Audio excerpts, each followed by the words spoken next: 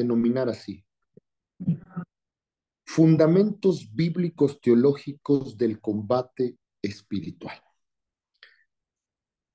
Un gran hombre, teólogo en la vida de la iglesia, San Agustín, decía acerca de un comentario hacia el Salmo 60: nadie puede conocerse a sí mismo si no es tentado, ni puede ser coronado si no ha vencido, ni puede vencer si no ha luchado, y ni puede luchar si carece de enemigo y de tentaciones. Fíjense que en la conciencia de los primeros cristianos, en la conciencia incluso de los mismos discípulos de Jesús, en la conciencia de la vida monacal, de los santos, de los místicos, de la espiritualidad cristiana, en pocas palabras, desde que la iglesia es iglesia, ha tenido conciencia de lo que significa la vida espiritual. Y la vida espiritual, es cierto, es donde nosotros podemos vivir nuestra espiritualidad. ¿Y qué es la espiritualidad? De una manera muy sencilla podemos entenderlo así. La espiritualidad es nuestro ejercicio, nuestra manera de vivir de nuestro ser bautismal. Es decir, decía el Papa Benedicto XVI que no hay mayor dignidad que una persona pueda tener que el ser bautizado, el ser hijo de Dios. ¿Y qué significa entonces la espiritualidad? Pues es vivir conforme esa dignidad de hijo de Dios. Y esta espiritualidad tiene notas, matices muy diferentes, claro, según la vocación, el estado de vida y también según lo que Dios nos pide en nuestro ministerio, en nuestro apostolado, en diversas situaciones. Esta espiritualidad nos lleva a vivir una vida espiritual, es decir, una vida de la gracia, una vida de enclave relacional con Dios. Pero esta vida de gracia, esta vida espiritual, esta vida en donde el hombre tiene una relación con Dios, principalmente a través de la oración, también de la ascesis, de la vida mística, de muchas otras cosas, les queda claro en la conciencia cristiana que esta vida no es una vida solamente de miel sobre hojuelas, sino que en la vida espiritual que lleva la iglesia militante hay un combate espiritual, un combate que se va a definir de la siguiente manera. Miren ustedes, ¿recuerdan esta exhortación apostólica? Yo creo que para todos nosotros ser católicos es una belleza, es sin duda una riqueza ser católico. Yo no sé si ustedes recuerdan, por ejemplo, cuando estaba en el 2000 la corriente del milenarismo, que todo el mundo decía que el mundo se iba a acabar y que venía el fin de los tiempos y la gente entró en un estado incluso de psicosis colectiva con esta situación milenarista. Y entonces nos sorprende su santidad, San Juan Pablo II, con un documento que se llamó A la llegada o al advenimiento del tercer milenio, en donde nos decía que teníamos que enfrentar este nuevo milenio con una actitud de esperanza, en clave de esperanza. Esa es la nota característica del cristiano.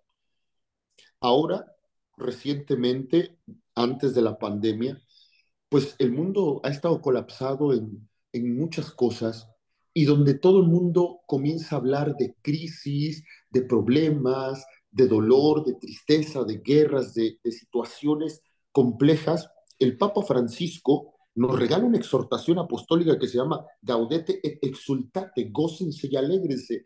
Esta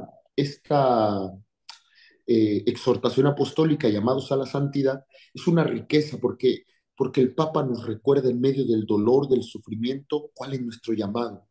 Y nos dice que nuestro llamado es a la santidad. Y todavía nos dice el Papa Francisco, yo creo en los santos que están en la puerta de al lado, con ese lenguaje muy característico del Papa Francisco. Y dice, esta santidad del hombre que sale todos los días por esforzarse para obtener el pan de su hogar, esta santidad de aquella madre que lucha por sus hijos. Y es que cuando uno piensa en la vida de los santos, imagínense en el primer estigmatizado de la historia, San Francisco de Asís, o en un Padre Pío, o en una Santa Rita de Casia, o en un San José de Cupertino que levitaba, y uno ve su vida, y uno ve la historia y dice, bueno, santo yo. Y sí, tenemos que recordar que estamos llamados a la santidad. Pero esta exhortación apostólica tiene 5 capítulos, ojalá y ustedes la puedan descargar del internet, está gratis en el portal del Vaticano. Y en estos 5 capítulos, el quinto capítulo se llama Combate y Discernimiento. Y el Papa nos recuerda en el numeral 158 esto. La vida cristiana es un combate permanente. Se requiere fuerza y valentía para resistir las tentaciones del diablo y anunciar el Evangelio. Esta lucha es muy bella porque nos permite celebrar cada vez que el Señor vence en nuestra vida. Fíjense una cosa, queridos hermanos. Estas palabras, estas palabras del Papa, estas palabras del Papa, en donde, estas palabras del Papa, en donde nos define la vida cristiana como un combate permanente, debería permear toda nuestra espiritualidad, debería permear nuestra acción pastoral. Es decir, sí, la vida espiritual, nosotros tenemos las consolaciones que llamaba San Juan de la Cruz, pero también existen las desolaciones. Y en medio de estas consolaciones y estas desolaciones nos enseñan que nuestra vida cristiana es un combate permanente, un combate. ¿Y a qué nos suena la palabra combate? Nos suena a guerra, nos suena a algo violento, nos suena a algo que no es solamente lo que muchas veces nosotros pensamos como la vida espiritual. eh, eh, se los decía yo como si fuera miel sobre hojuelas. Pregúntele, por ejemplo, a San Francisco de Asís, ¿qué habrá sentido en el momento en que recibió los estigmas del Señor? ¿O qué habrá sentido el Padre Pío cuando el demonio lo perseguía en forma de ese perro? ¿O qué habrá sentido, por ejemplo, Santa Gema Galgani cuando quedó poseída por el demonio? ¿O qué habrá sentido Santa Miriam de Jesús crucificado?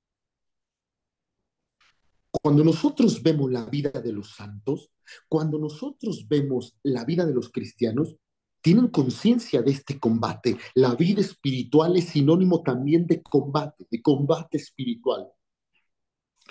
Y si ustedes pudieran, por ejemplo, leer un poquito de los padres del desierto, como San Antonio Abad, por ejemplo, como San Benito, como los grandes hombres del monacato, se van a dar cuenta que en el desierto ellos precisamente tenían esta espiritualidad cristiana basada en el combate espiritual. Ahora bien, sigo compartiendo la presentación.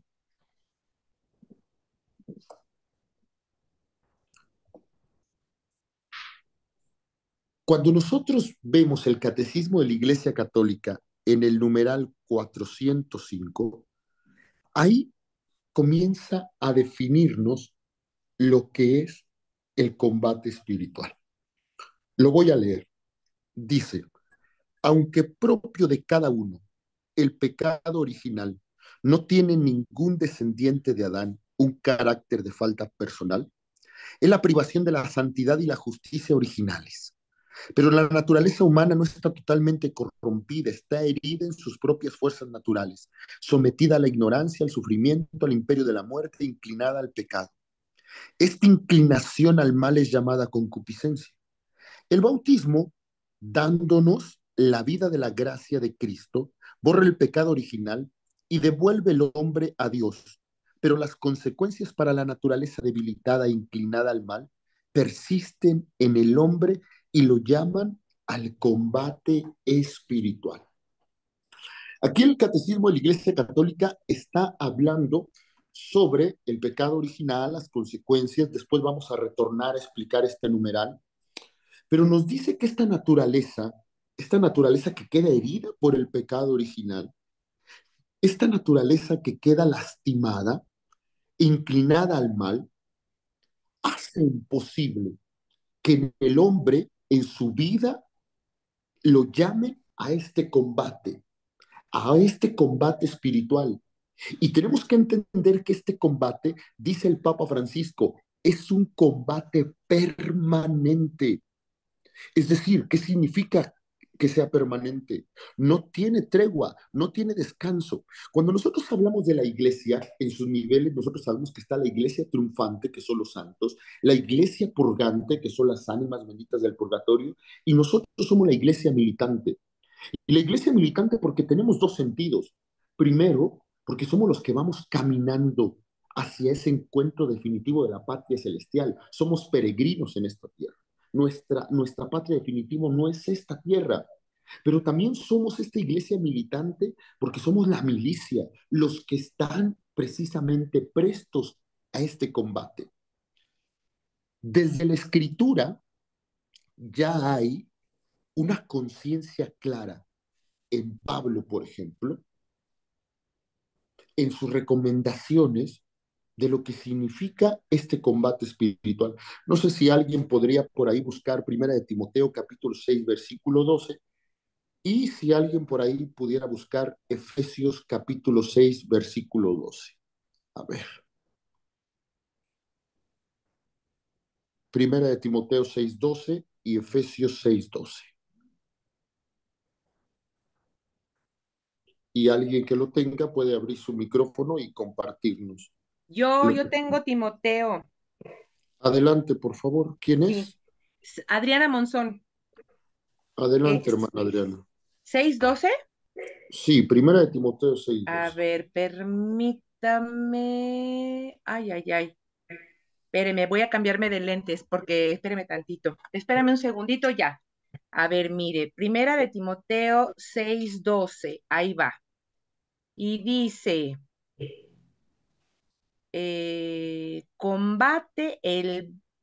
perdón, combate el buen combate de la fe, conquista la vida eterna a la que has sido llamado y de la que, ay, espérame tantito, es que está muy chiquita la letra de mi Biblia. Repito otra vez. Primera de Timoteo, capítulo 6 versículo 12. Combate el buen combate de la fe, conquista la vida eterna a la que has sido llamado y de la que hiciste aquella solemne profesión delante de muchos testigos. Esta es palabra de Dios. Te alabamos, Señor. Fíjense una cosa. ¿Qué es lo que le dice Pablo? Pelea la buena batalla de la fe. Combate para que ganes la vida eterna. Fíjense la conciencia que tenía Pablo, la conciencia que tenía la iglesia primitiva.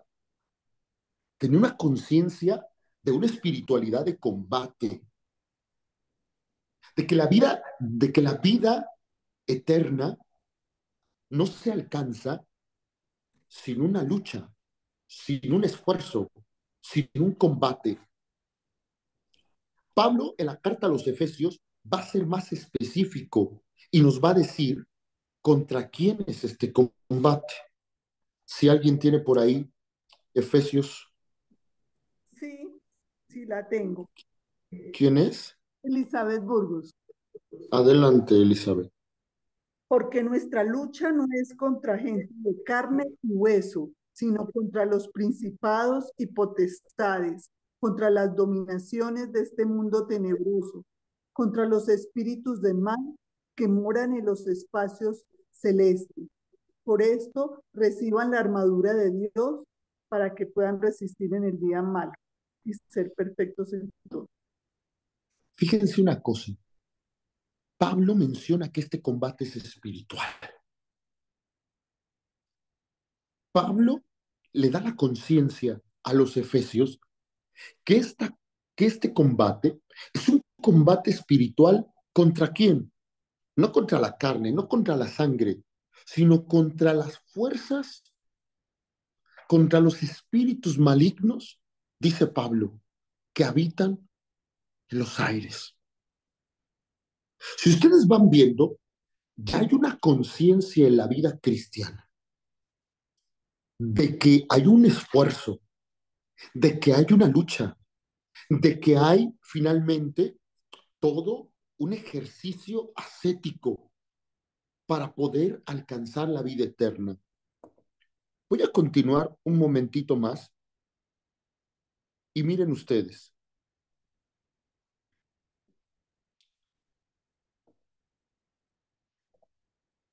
Este combate, fíjense lo que dice el Papa Francisco. Sigo en Gaudete et Exultate, numeral 159. No se trata solo de un combate contra el mundo y la mentalidad mundana que nos engaña, nos atonta y nos vuelve mediocres, sin compromiso y sin gozo. Es decir, el Papa dice que hay un combate que es contra el mundo, sí, que es contra esta mentalidad, esta pseudofilosofía, esta falsa cultura líquida, cultura gaseosa, esta situación que llena a través de la música, de incluso de toda la situación que se da a través de unos falsos espejismos de felicidad. Dice, no se trata solo de este combate, que además esta mentalidad mundana nos engaña, nos atonta y nos vuelve mediocres, sin compromiso y sin gozo. Tampoco se reduce una lucha contra la propia fragilidad y las propias inclinaciones, y cada uno tiene la suya, la pereza, la lujuria, la envidia, los celos y demás. Es decir, el Papa dice, el combate no solo se reduce tampoco a la situación de nuestras pasiones, a la lucha de nuestra inclinación contra el mal, es también una lucha constante contra el diablo, que es el príncipe del mal. Jesús mismo festeja nuestras victorias. Se alegraba cuando sus discípulos lograban avanzar en el anuncio del Evangelio superando la oposición del maligno y celebraba, estaba viendo a Satanás caer del cielo como un rayo. De tal manera que el Papa Francisco nos enseña que el combate y nos recuerda que el combate es contra los tres enemigos de la santidad, contra el mundo, contra el demonio y contra la carne. Son los tres enemigos del alma, son los tres enemigos que nos impiden llegar al cielo: el mundo, la carne y el demonio. Ahora bien, pero aquí nosotros tenemos que entender cómo inicia el combate espiritual. Y esta es una situación que yo quisiera que todos nosotros hoy lo entendiéramos. A ver, ¿cómo inicia este combate? ¿En dónde surge este combate? Si ustedes, por ejemplo, me ayudan abriendo su escritura en Génesis capítulo 1, versículo 1, en adelante, la palabra de Dios va a decir de esta manera. En el principio Dios creó los cielos y la tierra. La tierra era caos, confusión y obscuridad, mientras el Espíritu de Dios aleteaba sobre la superficie de las aguas. Y dijo Dios, que haya luz. Y Dios vio que la luz era buena, y separó la luz de las tinieblas. A la luz la llamó día, y a las tinieblas las llamó noche. Atardeció y fue el primer día de la creación. Así dice Génesis capítulo 1, versículo 1, 2 y 3. Yo quiero que ustedes me sigan, por favor, y quiero que ustedes un poquito reflexionen sobre esto. Dice la escritura que en el principio Dios creó a un mismo tiempo los cielos y la tierra. Cuando nosotros hablamos, por ejemplo, sobre el credo, ¿recuerdan ustedes cómo inicia el credo?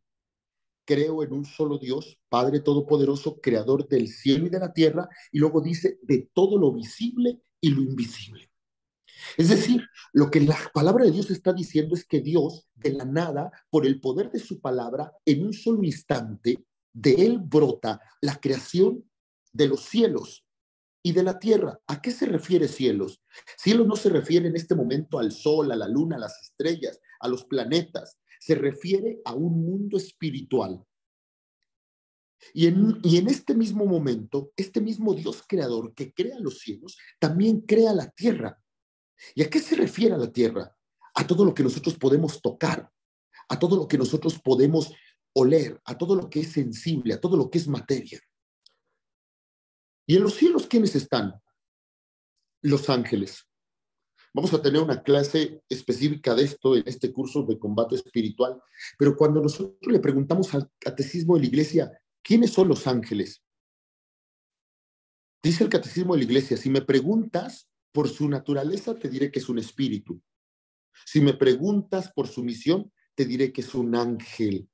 La palabra ángel en griego viene del verbo angelo, mensajero o enviado. En hebreo ángel se dice malach, malach Yahvé. Y los ángeles, como nos enseña Pseudo Dioniso, están divididos en 9 coros. Ángeles, arcángeles, querubines, serafines, tronos, dominaciones, virtudes, potestades, principados, toda la corte celestial de Dios. Dice la Escritura que entonces de Dios brota el mundo espiritual y también brota, el mundo físico. Pero fíjense, en el principio Dios creó el cielo y la tierra. Y la tierra era caos, confusión y obscuridad. Este vocablo en hebreo se dice tohu babohu. Y fíjense, este vocablo define esto: caos, confusión, obscuridad. Y yo le pregunto a usted, ¿Dios es caos? ¿Dios es confusión? ¿Dios es obscuridad? No, estamos en el primer día de la creación. Dios no ha creado todavía, Dios no ha creado al hombre. Pero en el primer día de la creación ya hay caos, ya hay confusión, ya hay obscuridad. Quiere decir que algo está pasando. Quiere decir que algo en el primer día de la creación ha pasado. ¿Y qué es lo que ha pasado? Vamos, por favor, al libro de Apocalipsis. En el capítulo 12, versículo 7 en adelante. Dice: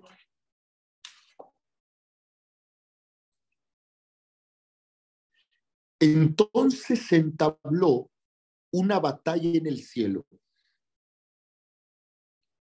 Miguel y sus ángeles combatieron con el dragón. También el dragón y sus ángeles combatieron, pero no prevalecieron, y no hubo ya en el cielo lugar para ellos.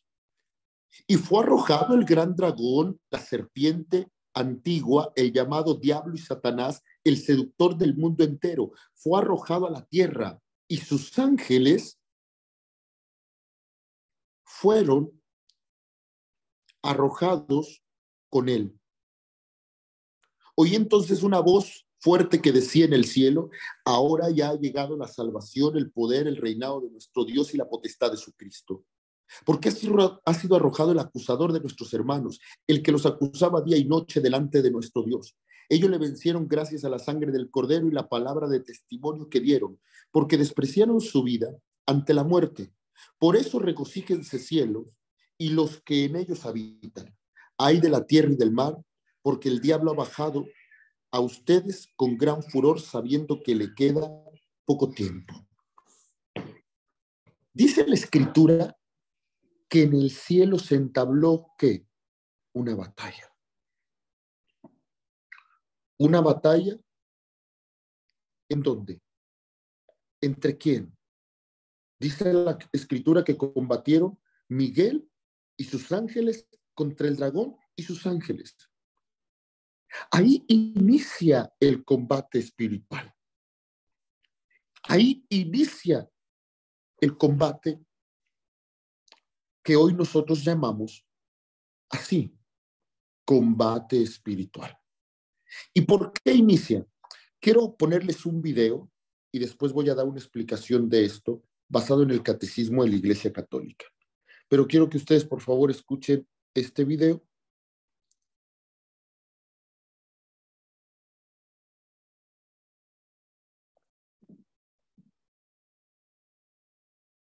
Ustedes ahorita están viendo la pantalla, ¿verdad? Me dicen, por favor, si lo escuchan, ¿eh?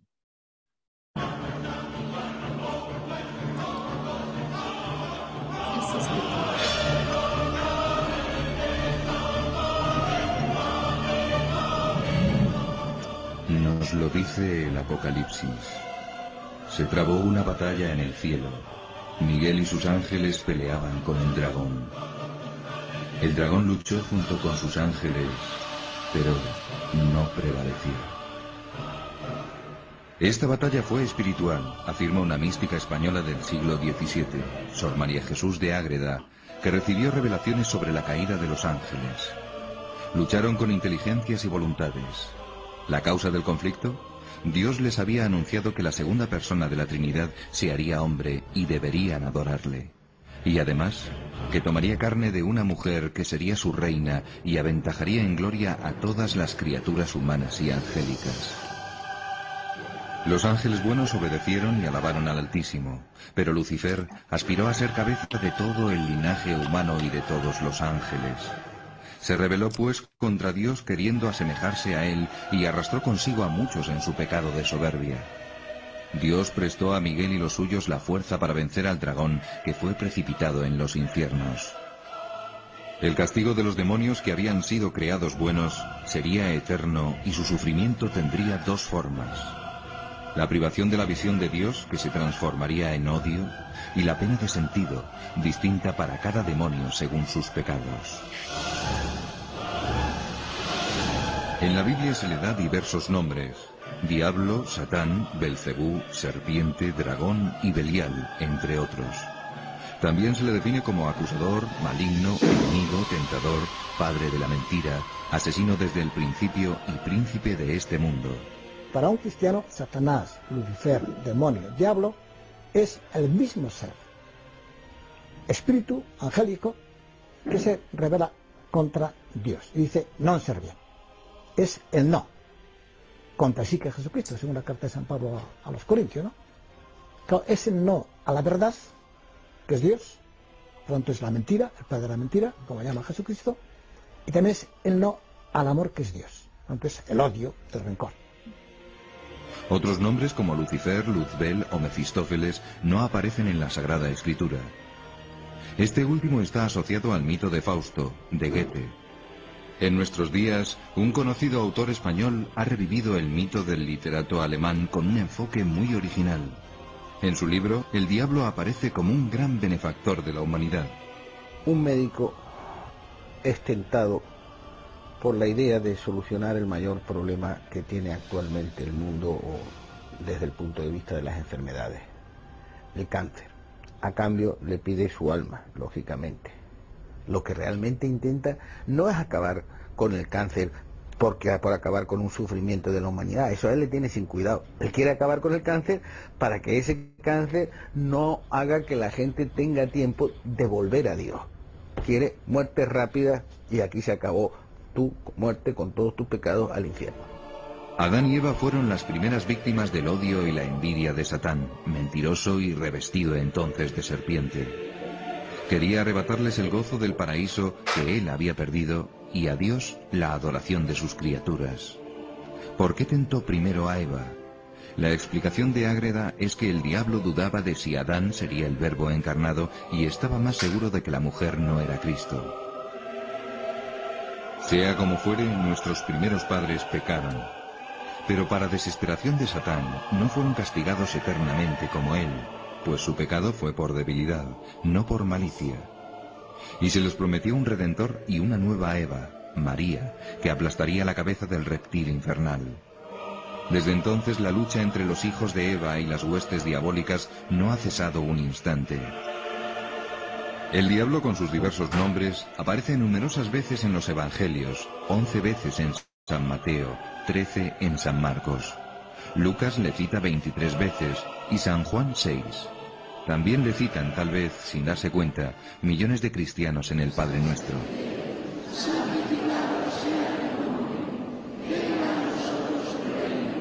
En la oración que nos mandó Cristo, el Padre Nuestro, la rezamos mal. Rezamos al final, decimos líbranos del mal, amén, y no es así. Apotú ponerú es masculino y hay que traducirlo líbranos del maligno. La oración del reino, venga a nosotros tu reino, tiene un enemigo y le pedimos en esa oración a Todos los cristianos creyeron en su existencia desde el principio. Prueba de ello es la abundante iconografía que le representa en las más variadas y horribles formas. Y es que esa representación que hacemos del demonio, con cuernos, con rabo, ¿no? Pues yo diría que ha favorecido poco a la fe en el demonio, porque, no sé, se han hecho muchas parodias, muchos sarcasmos de todo ese tipo de figura. Y lógicamente, pues no es eso el demonio es un ser espiritual, es un ángel caído, que lógicamente no tiene esa figura. Aunque la figura tiene también algo de positivo, y es representar al demonio, digamos, como alguien que es malo, feo, repugnante. Yo siempre he estado en contra de la imagen del diablo espantoso y terrorífico y que arrebata o que en cierta manera puede ser violento. ¿Cómo es pues en realidad el demonio? ¿Alguien le ha visto? ¿Cómo es el diablo? ¿Qué cara tiene? Pues naturalmente el diablo, yo nunca he visto al diablo porque no se le puede ver. El diablo es espíritu y el espíritu es invisible por definición, por esencia. Por tanto, lo que se ven son ciertos efectos de los cuales se puede deducir que allí hay una cierta intervención diabólica. Pero al diablo naturalmente no se le ve directamente. Algunos se representan al diablo de manera tan grosera y ridícula que al negar su existencia están rechazando un demonio que no existe. El de la Sagrada Escritura y del Magisterio de la Iglesia es un ángel caído, un espíritu. No tiene cuerpo. Eso no quita que alguna vez pueda revestirse de esas y otras muchas apariencias, no siempre terroríficas, para atemorizar, hostigar o tentar. Bien. Ahora, desde la doctrina católica, ¿cómo entender esta caída? ¿Cómo entender este inicio del combate espiritual? Si nosotros abrimos el Catecismo de la Iglesia Católica, nosotros del numeral 391 al numeral 395 vamos a tener toda la doctrina que se encuentra referente a esta caída. Hoy nos han hablado de una teoría, es decir, tenemos que situarnos aquí.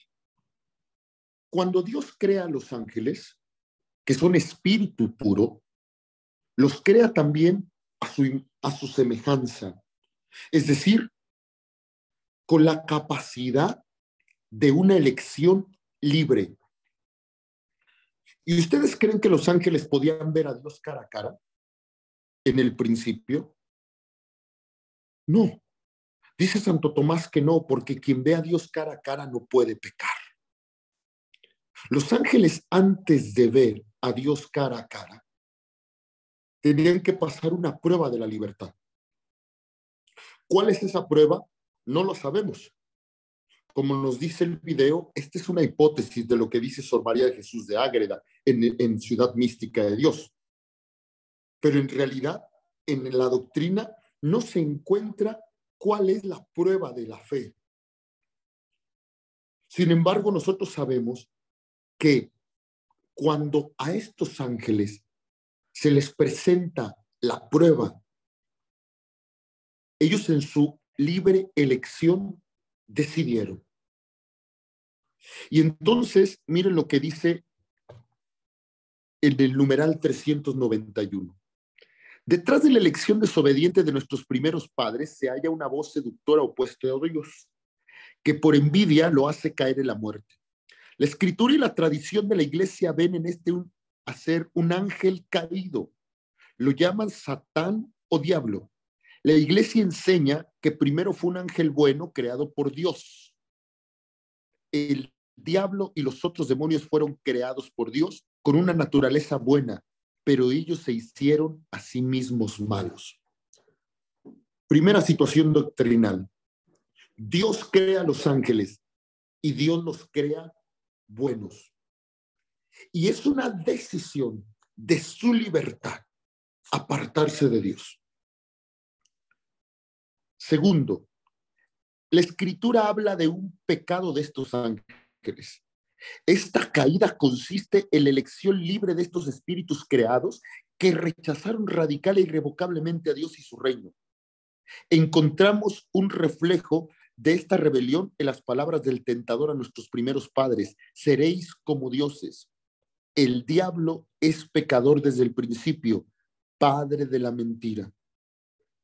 Es el carácter irrevocable de su elección y no un defecto de la infinita misericordia divina lo que hace que el pecado de los ángeles no pueda ser perdonado. No hay arrepentimiento para ellos después de la caída, como no hay arrepentimiento para los hombres después de la muerte. A mí me gusta cómo lo explican los padres de la iglesia, porque los padres de la iglesia dicen que cuando Dios les presenta el plan de salvación, Dios había creado un ángel muy hermoso llamado Luzbel, que significa el portador de la luz bella. Prefiguración incluso de Jesucristo. Jesús va a decir después de los 9, yo soy de San Juan, yo soy la luz del mundo. Y cuando estos ángeles que no podían ver a Dios cara a cara, Dios les presenta el plan de salvación, Luzbel, aquel ángel amado por Dios, dijo: non servium, no serviré. Y entonces dicen los padres de la iglesia que un ángel de la dinastía más pequeña de los coros angélicos, de la dinastía de los arcángeles, comenzó a decir en ese momento: Quid sis Deus. Y eso significa el nombre de Miguel, San Miguel Arcángel. ¿Quién como Dios? Nadie como Dios.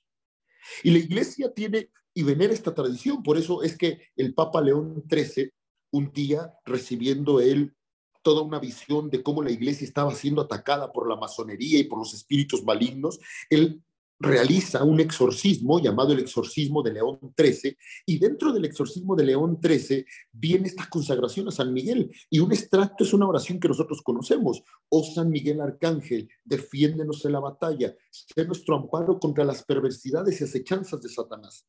Que Dios reprima sobre él su poder es nuestra humilde súplica, y a ti, príncipe de la milicia celestial, con el poder que Dios te ha conferido, arroja al infierno a Satanás y a los demás espíritus malignos que vagan por el mundo para la perdición de las almas. Este combate que inició en el cielo, por eso dice el libro del Génesis: y Dios separó la luz de las tinieblas, y a la luz la llamó día, y a las tinieblas las llamó noche. Este combate que comenzó en el cielo entre los espíritus angélicos, ese combate también nos llegó a nosotros. ¿Hasta aquí hay alguna pregunta o puedo continuar? Todos estos puntos los vamos a ir viendo en lo largo del curso, más detenido. Vamos a hablar sobre los ángeles, vamos a hablar sobre la acción extraordinaria del maligno, vamos a hablar sobre otros presupuestos. Pero hoy estoy dando una visión general, una visión panorámica de hacia dónde va a llevar este curso de combate espiritual. Bueno, si me permiten, continuamos. Si no hay alguna pregunta, y al final abro la sesión de preguntas y respuestas. Bien. Adriana Monzón levantó la mano. Perdón. Adriana Monzón levantó la mano. Sí, gracias. Si quiere lo dejamos para la sesión de preguntas. Nada más será, ya luego nos explica, maestro, a quién o cómo se supo. Es que siempre que se habla de los 9 coros angélicos y que los principados, las potestades, ángeles, arcángeles, siempre me queda la duda, ¿cómo Dios se lo reveló a quién o cómo se enteraron que eran 9 coros? O sea, es una pregunta muy ociosa, pero si quiere lo dejamos para el final. Gracias. Bueno, Esta pregunta, Adriana, no la vamos a dejar para el final, sino vamos a dejarla para la clase cuando hablemos de los ángeles, porque Ah, perfecto. precisamente vamos a hablar sobre los ángeles, sobre su acción, Bueno, sobre su misión, y vamos a ver cómo es que salen estos 9 coros de los ángeles y si pertenece a la tradición de la iglesia o si pertenece a ujú. una revelación privada. Claro que sí lo vamos a ver. ¿Mm? Muchísimas gracias, sí. Bueno, voy a continuar entonces. De tal manera, queridos hermanos, que aquí nosotros hoy, cuando echamos un clavado a la escritura, justo en el capítulo 3 del Génesis, nos damos cuenta cómo este combate espiritual que inició en la tierra abre su panorama en nosotros. Y ustedes todos conocen el capítulo 3 del Génesis perfectamente, que es el relato de la caída. Del Dios que crea al hombre a su imagen y semejanza, de ese Dios bueno que pone al hombre y a la mujer en el jardín del Edén y que les dijo que podían comer de todos los frutos, de todos los árboles, excepto del árbol del bien y del mal, so pena de muerte, porque Dios no nos creó para conocer la maldad. No nos toca al hombre decidir lo que es bueno y lo que es malo. Dios no nos hizo para la maldad, nos hizo para el bien. Y entonces, como empecé a leerlo directamente del catecismo de la Iglesia Católica, esto es doctrina católica. O sea, detrás del pecado original de nuestros primeros padres se escucha la voz seductora de aquel que la Iglesia, desde la Escritura y la tradición, llaman Satanás, el diablo, el padre de la mentira. Cuando el hombre abre la perspectiva hacia el pecado, este combate espiritual que inició en el cielo comienza en nosotros. Y entonces, ustedes saben el drama del pecado. No voy a explicarlo ahorita en este momento, es solo una visión general. Vamos a entrar en cada tema de manera específica. Pero nosotros sabemos lo que causa el pecado original. El pecado original que finalmente inicia a través de un diálogo. Y es aquí donde Eva dejó de escuchar la voz de Dios para escuchar la voz de la criatura que está en forma de serpiente y comienza un diálogo con el tentador. Y este diálogo, Eva lo consiente y Adán lo consiente y se comete algo que se llama pecado. Y el pecado genera una ruptura, primero conmigo mismo, otra ruptura con Dios, una ruptura con mi hermano, una ruptura con el medio ambiente, con el cosmos que me rodean. Recuerden ustedes ese diálogo rápidamente. Dice la palabra que Dios se paseaba todos los días en la brisa de la tarde en el jardín del Edén. Y le pregunta a Adán, ¿dónde estás? Y Adán le dice, es que tuve miedo, me escondí. ¿Y por qué tuviste miedo? Es que estoy desnudo. ¿Y quién te ha dicho que estás desnudo? Es que la mujer que tú me diste. Mujer, ¿qué has hecho? Es que la serpiente. Y dice la escritura que son expulsados del paraíso. La primera vez que el hombre le tiene miedo a Dios. La primera vez que el hombre se siente desnudo. El hombre que se había sentido completo con Eva, porque esta es carne de mi carne y huesos de mis huesos, ahora le echa la culpa a la mujer y es expulsado del paraíso. Esta ruptura que se genera gracias al pecado, nos dice el libro de la sabiduría, mas por envidia del diablo entró la muerte en el mundo. Esta realidad de este combate espiritual se hace palpable gracias al primer pecado de nuestros primeros padres. Y entonces, fíjense lo que dice el Catecismo de la Iglesia Católica aquí en el numeral 409. A través de toda la historia del hombre se extiende una dura batalla contra los poderes de las tinieblas, que iniciada ya desde el origen del mundo, durará hasta el último día, según dice el Señor. Inserto en esta lucha, el hombre debe combatir continuamente para adherirse al bien, y no sin grandes trabajos, con la ayuda de la gracia de Dios, es capaz de lograr la unidad en sí mismo. Ya desde el origen del mundo, desde el momento en que el hombre dio la permisividad al pecado original, entró esta situación dramática, dolorosa. En esta lucha estamos insertos. ¿Y cuándo termina esta lucha? Hasta el día en que el Señor nos llame a juicio a cada uno de nosotros. Por eso en este curso vamos a ver que el combate verdaderamente en el momento más fuerte es en la agonía. Y toda nuestra vida tenemos que prepararnos para ese momento de nuestro último combate, en donde se decide la salvación o la perdición de las almas. A esto se le llama batalla espiritual, combate espiritual. Hay mucha gente que hoy tiene en su pensamiento, por ejemplo, entra con este tema pensando en que ahora les voy a enseñar esta clase de demonios y ahora vamos a ver estos tipos de oraciones de liberación y estas oraciones de corte y esta. Sí, porque nosotros pensamos y entendemos que el combate espiritual solamente es la lucha frontal contra el espíritu del mal. Y no nos damos cuenta que en el combate espiritual no hay solamente un enemigo, hay tres: el mundo, el demonio y la carne.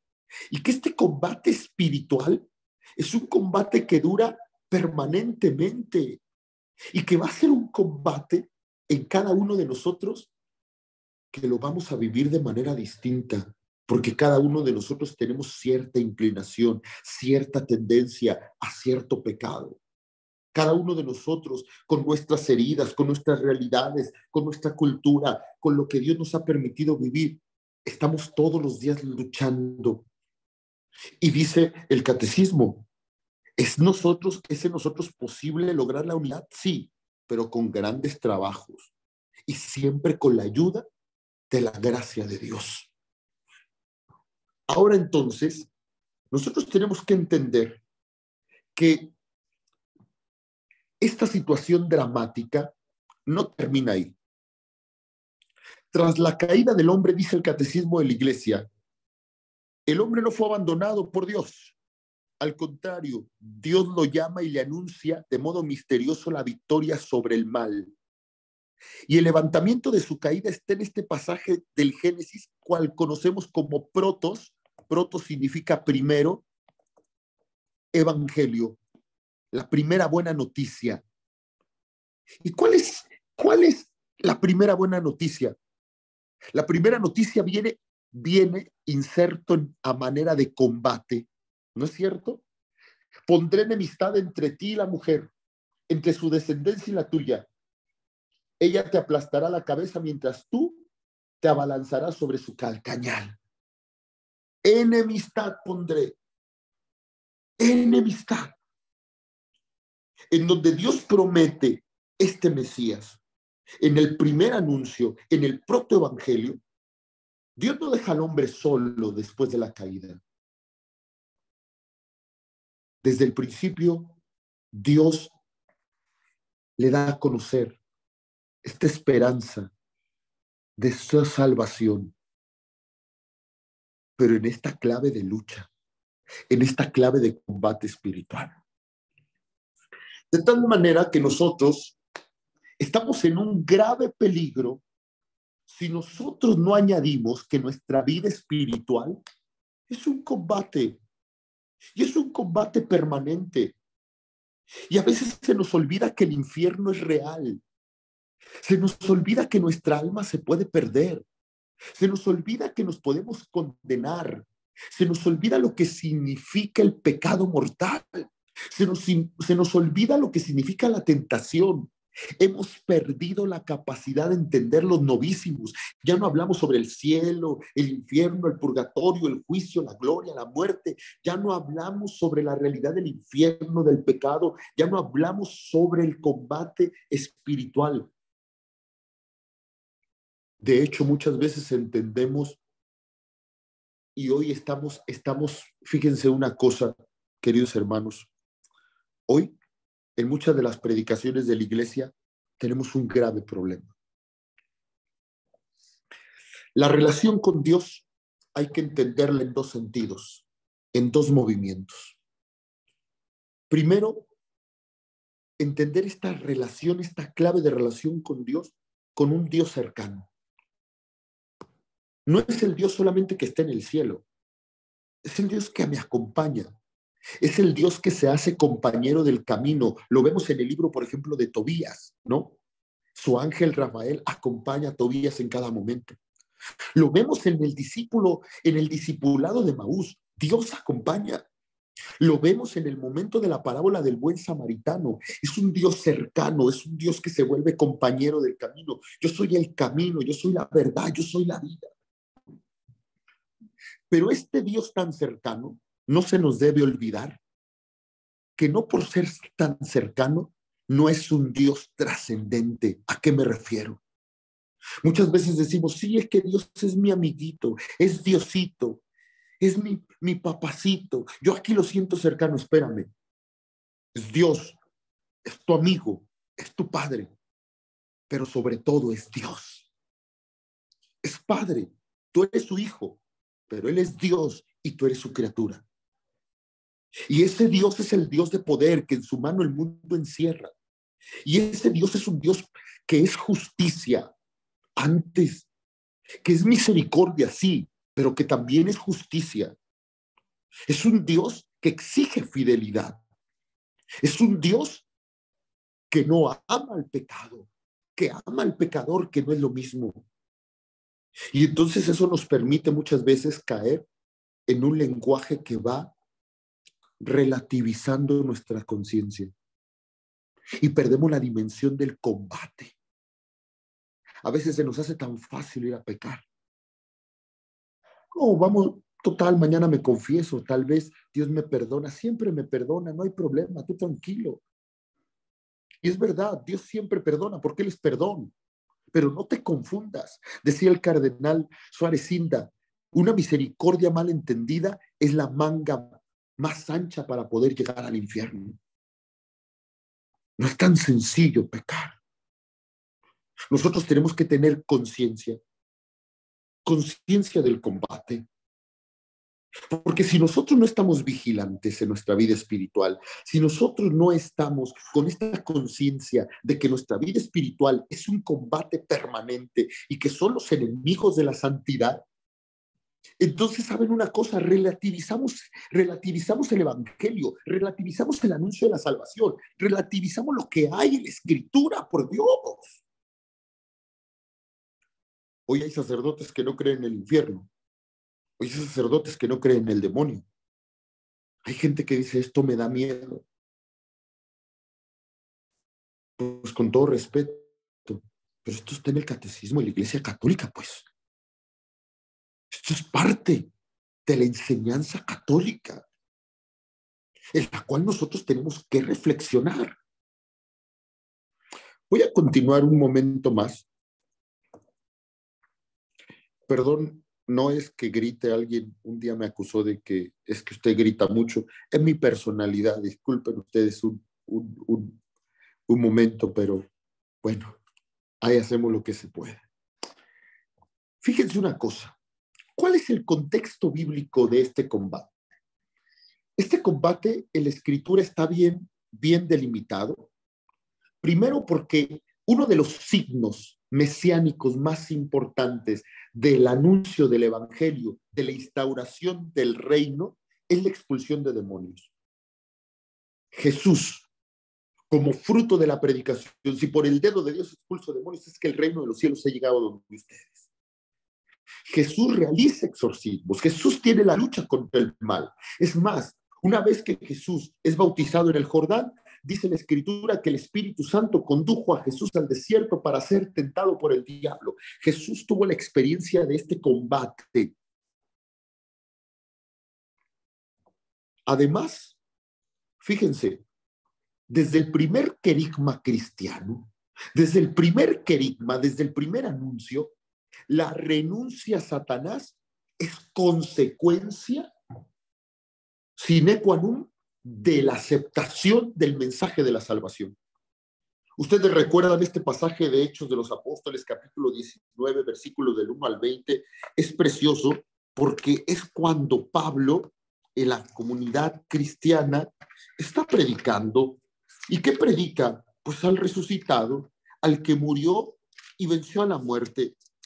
Y entonces hay un momento en donde Pablo va predicando la salvación, va predicando la persona de Jesucristo. Y cómo, fíjense, y como consecuencia de esto, la gente renunciaba a esta obra de Satanás. Y luego, finalmente, esta conciencia de combate queda establecido en el numeral 1237 del Catecismo de la Iglesia Católica, en los sacramentos de la iniciación cristiana. No sé si alguien por ahí tenga el catecismo y quiera leer el numeral 1237. ¿Qué es lo que nos dice el catecismo?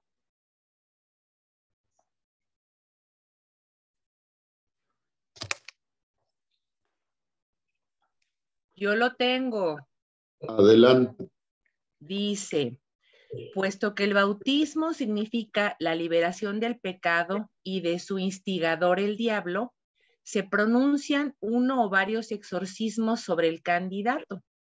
Este es ungido con el óleo de los catecúmenos, o bien el celebrante le impone las manos y el candidato renuncia explícitamente a Satanás. Así preparado, puede confesar la fe de la Iglesia, a la cual será confiado por el bautismo. Entonces, ¿se dan cuenta cómo queda la memoria de la Iglesia? Esta acción de mi continua renuncia al pecado, mi continua renuncia a la carne, mi continua renuncia al demonio, es parte de mi vida como cristiano, es parte de mi dignidad como hijo de Dios, es parte de mi dignidad y es la conciencia. Y dice entonces, el que va a ser bautizado recibe uno o varios exorcismos. La acción del exorcismo es la expulsión del demonio, la expulsión del espíritu del mal. ¿Por qué? Porque la vida del cristiano es una opción por el bien. Y no es fácil adherirse al bien. Pablo habla de este combate, por ejemplo, que vive él, y él dice, no hago el bien que quiero, sino el mal que no deseo. De tal manera que, miren, vemos que Jesús, en toda su predicación, Jesús, durante su vida pública, tiene momentos decisivos de combate expreso contra el demonio, contra la enfermedad, contra el pecado, liberando al hombre, sin poner nunca a Satanás en el centro del evangelio. Jesús habló de él solo en momentos evidentemente cruciales y con declaraciones importantes. En primer lugar, en el inicio de su ministerio público, aceptando ser tentado por el diablo en el desierto. La narración de Marcos, precisamente a causa de su sobriedad, es tan decisiva como la de Mateo y la de Lucas. Puso en guardia a los suyos en el sermón de la montaña. En la oración les enseñó el Padre Nuestro, como admiten hoy muchos exégetas, apoyándose en el testimonio de diversas liturgias. En las parábolas Jesús atribuyó a Satanás los obstáculos que encontraba su predicación, como en el caso de la cizaña sembrada en el campo del padre de familia. A Simón Pedro anunció que las puertas del infierno intentarían prevalecer sobre la iglesia, que Satanás trataría de pasarlo por la criba como los demás apóstoles. En el momento de dejar el cenáculo, Cristo declaró como inminente la venida del príncipe de este mundo.